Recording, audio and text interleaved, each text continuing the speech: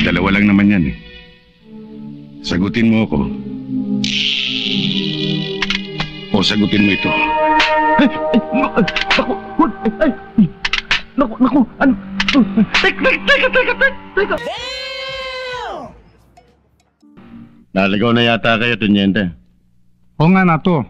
Kasama ko si Rodriguez. Pulis din. Na-importa ng opisina mula sa probinsya ng Tubigo Norte. Bakit? Ano ba kailangan niyo sa akin?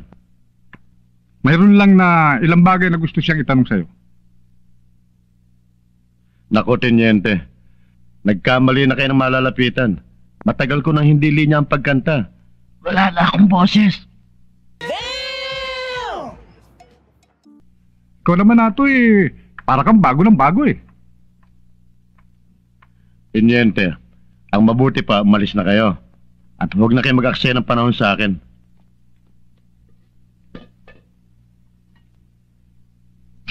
Wala na pala akong sigarilyo eh. Maiwan ko muna kayo at bibili lang ako sandali.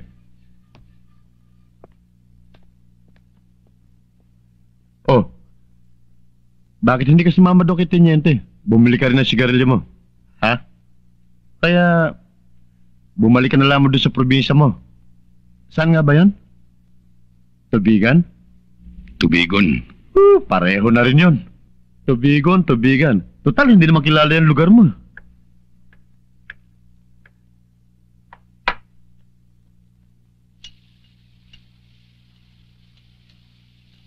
Alam mo, kung si Teniente, pasensyoso,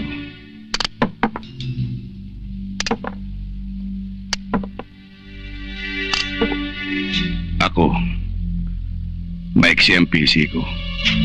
Hoy, huwag mo akong paandaran yan, ha? Hindi mo ako kayang takutin ng ganyan lang. Sana ito.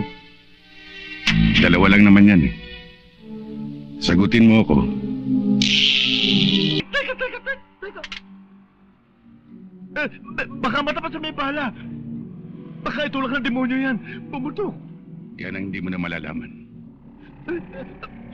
Sabihin mo, sasagutin ko. May boses na ako. Upo ka. Dito ka kumanta. Papatayin ako noon. Baka maunahan ko siya. Si Teniente. Ang numero unong racket niya, droga. Siya pa nga mismo ang kolektor sa kita ng 3 bagsakan ito.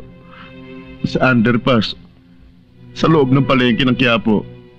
At kadalasan, doon sa isang parking lot doon sa may sinehan sa may recto. Yun lang? Meron pa. Oo naman hindi pa naman ako tapos eh. Malakas din ang ugong na si Teniente rin ang umupak doon sa mga kapwa mo pulis sa may estero.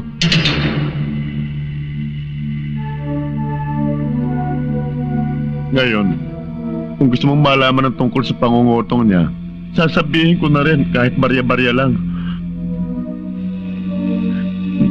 Naku, sa ginawa kong pagkantang ito,